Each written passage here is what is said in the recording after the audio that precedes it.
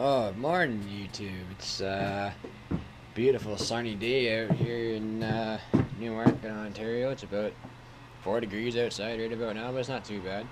Anyway, we're gonna change some tires around here on a couple vehicles. We're gonna do the Malibu, of course the truck. I think we'll do the Malibu first in case the old lady's gotta go somewhere. So I can do that relatively quickly. And yeah, we gotta take the truck tires up to my house, so I got the room made in the shed for those yesterday. So anyway, first things first, I guess you gotta get the jack and the tires unburied.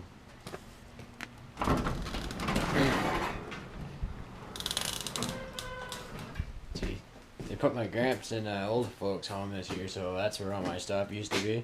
Now it's all packed in the corner of my dad's garage here, so amongst a pile of scrap metal, I mean, I gotta get those tires down. And my tires right there.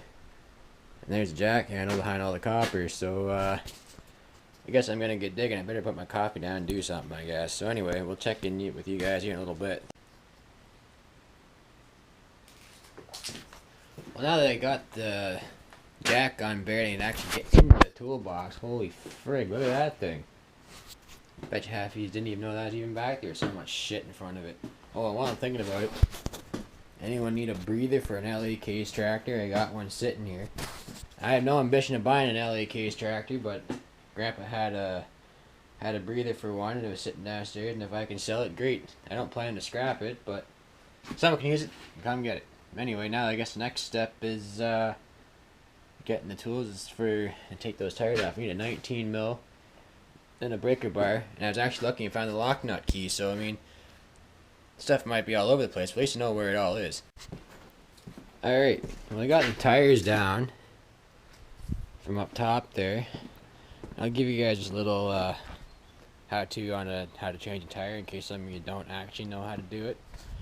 There's to remove them, you know, you just jack the car up and take the bolts off and Bob's your uncle, but to put them back on, there's this proper torque sequence you're supposed to do, which it's not rocket science, but so I'll show you real quick. I would love to use that to be able to put these tires on and off with. I just don't have a air compressor that'll keep up with the air needed for this gun. It's actually it's a Snap-on MG725. It's just like 1,200 foot-pounds of torque. So I've never actually broke anything with this gun, which is surprisingly. But today we're just gonna use simple hand tools. I've got a torque wrench as well. So of course I used to be an automotive apprentice, so I've got all the tools to do this stuff anyway, because I used to do it all the time. So basically what you're going to do here, before you even jack the car up out the ground, you want to block the rear wheels, which is especially important considering my dad's driveway is on an angle.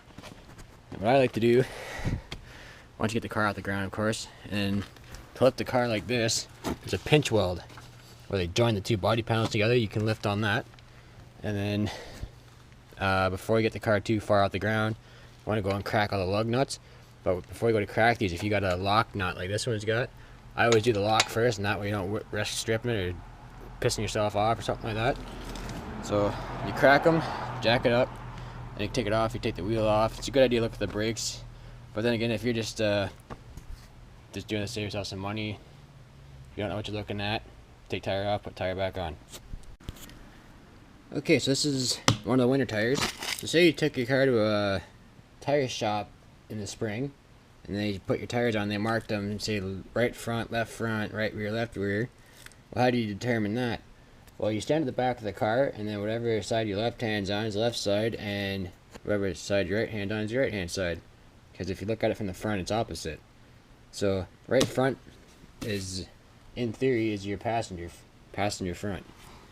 I mean, figured I'd show you guys how to do this, because why spend 20-30 bucks at a shop if you've got simple hand tools? You can do it yourself, right? Okay, so when you got your tire back on, your winter tire that is, and then there's another way you can tell too. If your tire shop didn't mark them, there's a rotation. All winter tires have a rotation, so you want that arrow going the same as if the car was going forward. So now, when you get your lug nuts, always put them on just finger tight, and then what I do, now this is just what I do, I'll just snug these lug nuts up, And then when you do that, you want to go into star pattern. So you want to say, I always start at the bottom, and then go here, then go here, go here, and then do your lock nut last. And then when you get the car back down on the ground, take your torque wrench, and then these ones go to 90 foot-pounds. I'll usually go 95. 5 foot-pounds, not going to break anything. So that way you're good to go, and then you can move on and do the next 3. Okay, so you got all the tires changed. I've got the torque wrench set up for 90 foot-pounds. You can see on the dial indicator there, maybe. You got numbers around here. This part of the handle rotates, so then there's a spring inside here. That's how you get your tension. Still a 19 mil socket, of course, and then just go all the way around. You start here, start here, start here, start here, and start here. So you want to do one gentleman. Don't jerk it like that. So you just want to go up and go 1. And once you hear that click, it's tight. And then you go on to the next one. Just like that.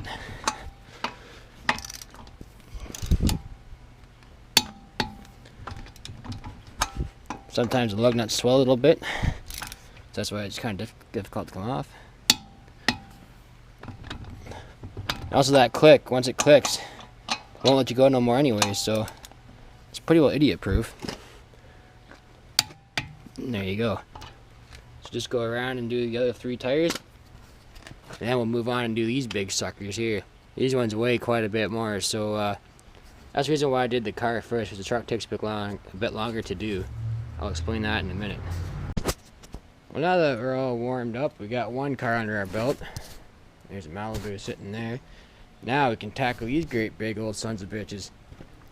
These are LT285 7017s, or the equal to a 33-inch mud tire. And on these, I usually start in the rear because the truck's a solid axle, of course, so you can jack it up and get 2 birds stoned at once.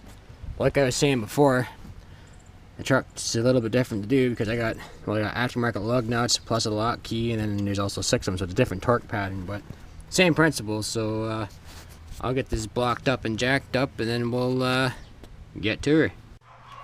Alright, well, maybe you guys can see this a little bit better now. They've got some tools set up. That's my lock nut. I need a 21 mil chrome because the chromes are shallower than the black impact sockets to go in the aftermarket wheels. So I got a chrome 21 for these, and then the 21 on the lock nut, but my factory lug nuts are a 22. So after things get a little bit different because these are aftermarket wheels. So I mean, you'll see everything in that kind of trade. So I've got everything set up here. I'm going to jack it up, I'm going to cut these loose, and then we'll put the factories back on, unfortunately, for winter time. So I kind of like my aftermarket wheels. Another little tip for you guys, if your aftermarket rims have these hub rings, it's like a little plastic little ring that goes in there. Helps the tires sit on that part of your hub. Make sure that comes off with your rims, because if you don't, your factory tires will not seat on there, and you'll have either a hell of a noise or a hell of a vibration if you pinch that with your factory rims. So make sure that little bastard comes off, because believe me, I speak from experience. Okay, well, I've got the back tires on the truck. Gonna do the fronts next. I wanted to just add 2. On the Malibu, you can lift on the pinch rail, but on a truck or anything with a full solid frame, you can go right on the frame. Like for the fronts, I go on the frame there, but when I lifted the back, if it's a rear wheel drive vehicle with a live rear axle like that, you can go right on the center of the rear pumpkin. And I've done it, I couldn't even tell you how many times. I mean, I've lifted everything from this truck to big F550 dump trucks all on the rear pumpkins, so you know it's built like a tank. Anyway, we'll get these swapped out, and then we'll torque these bad boys up. See, here's what I was talking about earlier, these hub rings. Make sure you take those off. Well, there she sits in her factory state. I only just torqued the tires on about 5 minutes ago, and I already kind of wish the XDs were still on there. So, I don't know. What do you guys think? I like the black wheels look a lot better. I was honestly thinking about plasti dipping the chrome ones, but I've done enough of that plasti dip stuff so far. I need to get my white handles on next, is I think is the next thing. If I can find a set that's cheap enough. Yeah. I don't know. I got kind of mixed feelings right now. I kind of like the darkness look a little bit better. since that is kind of my theme of my truck, I'm gonna end up getting black LED taillights in here. I put LED reverse bulbs in it last week. Those look pretty sweet. Maybe I'll get a nighttime shot for you guys later on. But anyway, I'm gonna clean these tools up. I'm gonna give these wheels a bath here, and then we'll take them up to Keswick. So we'll check in with you here in a little bit. Okay, so for a 6-bolt hub, your torque sequence, I've heard it done two ways you can do it. You either go, I think it's every single one, or every other one rather, bang, bang, bang, and then something like that, I forget. Or the way I do it, I go that one, that one, that one, that one, that, and that. So either way works. I've just always done it that star pattern. They call it a star pattern, but you pick which one works for you. Okay, well, I got the XDs up in their new home here. Threw a piece of plywood down underneath of it. Anyway, I guess that's gonna conclude my tire changing for dummies video here. So if you like the video, please comment, rate, and subscribe. I'll try to get something else made up for you guys here. Anyway, have a good one.